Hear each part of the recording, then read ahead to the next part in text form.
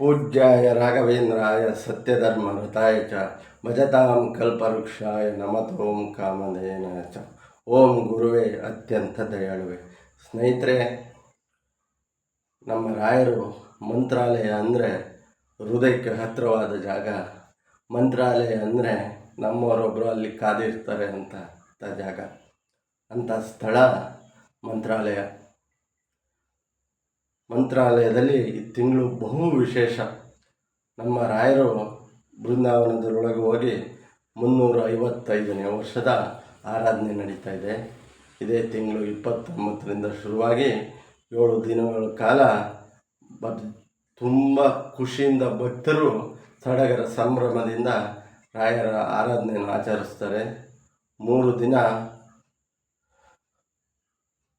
29, 30, 31 ಬಹುಮುಖ್ಯವಾಗಿರುತ್ತೆ. ಇನ್ನು ಕಾರ್ಯಕ್ರಮಗಳು ಎಲ್ಲ ಇರುತ್ತೆ. ಹಾಗಾಗಿ ಮಂತ್ರಾಲಯಕ್ಕೆ ಎಲ್ಲರೂ ಹೋಗಿ ನಮ್ಮ ರಾಯರ ಆರಾಧನೆಯಲ್ಲಿ ರಾಯರ ಸೇವೆ ಮಾಡಿ, ರಾಯರ ಪ್ರದಕ್ಷಿಣೆ ಮಾಡಿ, ರಾಯರ ಜಪ ಮಾಡಿ, ರಾಯರ ತಪ ಮಾಡಿ, ಹೋಗ್ಬಿಟ್ಟು ಇನ್ಸ್ಟಾಗ್ರಾಮ್ ವಿಡಿಯೋ ಮತ್ತೊಂದು ವಿಡಿಯೋ ರೀಲ್ಸ್ ಮಾಡ್ತಾ ಕೂರಬೇಡಿ. ಅಂಥ ಸ್ಥಳಕ್ಕೆ ಹೋಗೋದೆ ನಮ್ಮ ಕಣ್ಣಲ್ಲಿ ಜೀವ ಇರೋ ತನಕ ನಮ್ಮ ಪುಣ್ಯ.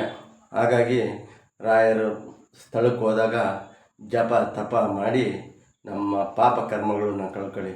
ಯಾವುದೋ ಯೋಚನೆ, ಮತ್ತೊಂದು ಯೋಚನೆ, ಅವ್ರಿಗೆ ಹಂಗೆ ಮಾಡು ಹಿಂಗೆ ಮಾಡು ಅಂತ ಯೋಚನೆ ಮಾಡೋಕ್ಕೆ ಹೋಗಬೇಡಿ. ರಾಯರ ಸ್ಥಳ ಭಗವಂತನೇ ನೆಲೆಸಿರೋಂಥ ಸ್ಥಳ. ಶ್ರೀಹರಿ ಪರಮಾತ್ಮ ಶ್ರೀಕೃಷ್ಣ ನೆಲೆಸಿದ್ದಾನೆ. ನಮಗೋಸ್ಕರ 100 ವರ್ಷಗಳಿಂದ ಗುರು ರಾಯರು ತಪ ಜಪ ಮಾಡ್ತಾ ನಿಂತಿರೋಂಥ ಸ್ಥಳ. ನಿಮ್ಮ ಕಷ್ಟ ಕಾರ್ಪಣ್ಯಗಳನ್ನ ಹೇಳಿ. ನಾವು ಸತ್ಯವಾಗಿದ್ದರೆ, ನಮ್ಮ ಜೀವನದಲ್ಲಿ ಬರೆದಿದ್ದರೆ, ನಾವು ನಿಷ್ಠೆಯಿಂದ ಇದ್ದರೆ ರಾಯರು ಯಾವತ್ತಿದ್ರೂ ಕಾಪಾಡ್ತಾರೆ. ಹಾಗಾಗಿ ನಮ್ಮ ರಾಯರ ಆರಾಧನೆ ಬರ್ತಿದೆ. ಹೋಗಿ ನಮ್ಮ ರಾಗಪ್ಪನ ಸನ್ನಿಧಿಯಲ್ಲಿ ನಿಮ್ಮ ಕಷ್ಟ ಕಾರ್ಪಣ್ಯಗಳು ಹೇಳಿ ರಾಯರು ಸರ್ವವನ್ನು ಈಡೇರಿಸ್ತಾರೆ. ಖುಷಿಯಿಂದ ಹೋಗಿ ಆರಾಮಾಗಿರಿ, ತಿರುಗಾಡಿ. ಮಂತ್ರಾಲಯದ ಮ್ಯೂಸಿಯಂ ಇದೆ, ರಾಯರದು ಅದೆಲ್ಲ ಇತಿಹಾಸಗಳು ಇವೆ. ಅಲ್ಲಿ ಹೋಗಿ ಮ್ಯೂಸಿಯಂ ನೋಡಿ. ಮಂಚಾಲಮ್ಮನ ಗುಡಿ ಇದೆ. ರಾಯರೇ ಸ್ವತಃ ಕೈಯಿಂದ ನಿರ್ಮಿಸಿರುವಂಥ ಶ್ರೀಮಾನ್ ವೆಂಕಟೇಶ್ವರ ಸ್ವಾಮಿಯ ದೇವಸ್ಥಾನ ಇದೆ.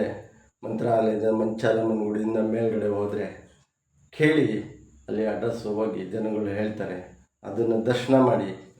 ಪರಮಾತ್ಮ ತಿರುಪತಿಯಲ್ಲಿ ನೋಡ್ದಂಗೆ ಆಗುತ್ತೆ ಅಂತ ಇದರಲ್ಲಿ ಹೋಗಿ ಧನ್ಯರಾಗಿ. ಶ್ರೀಕೃಷ್ಣ ಪರಮಾತ್ಮ ಚಲಿಸಿದಂಥ ಜಾಗ, ಅರ್ಜುನಾದಿಗಳು ಬಂದಂಥ ಯುದ್ಧ ಮಾಡಿದಂಥ ಜಾಗ, 1000 ವರ್ಷ ಯಾಗ ಯಜ್ಞಗಳನ್ನಂತೂ ಮಾಡಿದಂಥ ಜಾಗ ನಮ್ಮ ಮಂತ್ರಾಲಯ. ನಾವೇನು ದರ್ಶನ ಮಾಡ್ಕೊಂಡು ಹೋಗ್ತೀವಲ್ಲ, ಅವೆಲ್ಲ ನಮ್ಮ ಪುಣ್ಯ ಕಣ್ರಿ. ಅವೆಲ್ಲ ನಮ್ಮ ಪುಣ್ಯ. ಕೃಷ್ಣಾದಿ ಅರ್ಜುನರಿಂದ ಹಿಡಿದು ಯುದ್ಧಕ್ಕೆ ಬಂದಂಥ ಸಂದರ್ಭದಲ್ಲಿ ಆ ತೇರನ್ನು ರಾಯರೇನು ಕೂತಿದ್ದಾರೆ ನಮಗೋಸ್ಕರ. ಆ ಜಾಗದಲ್ಲಿ ತೇರು ನಿಂತಿತ್ತಂತೆ. ಆವಾಗ ಅರ್ಜುನ ಪರಮಾತ್ಮ ಕರೆದು ಈ ತೇರನ್ನು ಎಬ್ಬರಿಸಿ ಮುಂದೆ ಕಳಿಸು, ಇನ್ನೂ 1000 ಬಾಣ ಬಿಟ್ಟರು ನೀನು ಗೆಲ್ಲಕ್ಕಾಗಲ್ಲ ಅಂತ. ಯಾಕೆ ಅಂದರೆ ನಮ್ಮ ಪ್ರಹ್ಲಾದರ ರಾಯರು 1000 ವರ್ಷ ಯಜ್ಞ ಮಾಡಿದಂಥ ಜಾಗ ಮುಂದೆ ಒಬ್ಬರು ಬರೋಕ್ಕಿದ್ದಾರೆ ಅಂತ. ಅಂಥ ಜಾಗ ಕೃಷ್ಣ ಪರಮಾತ್ಮ. ಅದು ಮುಂದಕ್ಕೆ ಹೋಗಿ ಒಂದೇ ಹೆಜ್ಜೆಗೆ ಒಂದೇ ಬಾಣದಲ್ಲಿ ಆ ರಾಜನ ಮೃತ್ಯು ಆಗುತ್ತಂತೆ. ಅಂಥ ಜಾಗ ಹೋಗಿ ರಾಯರನ್ನ ಬೇಡಿ ಖುಷಿಯಿಂದ ಹೋಗಿ.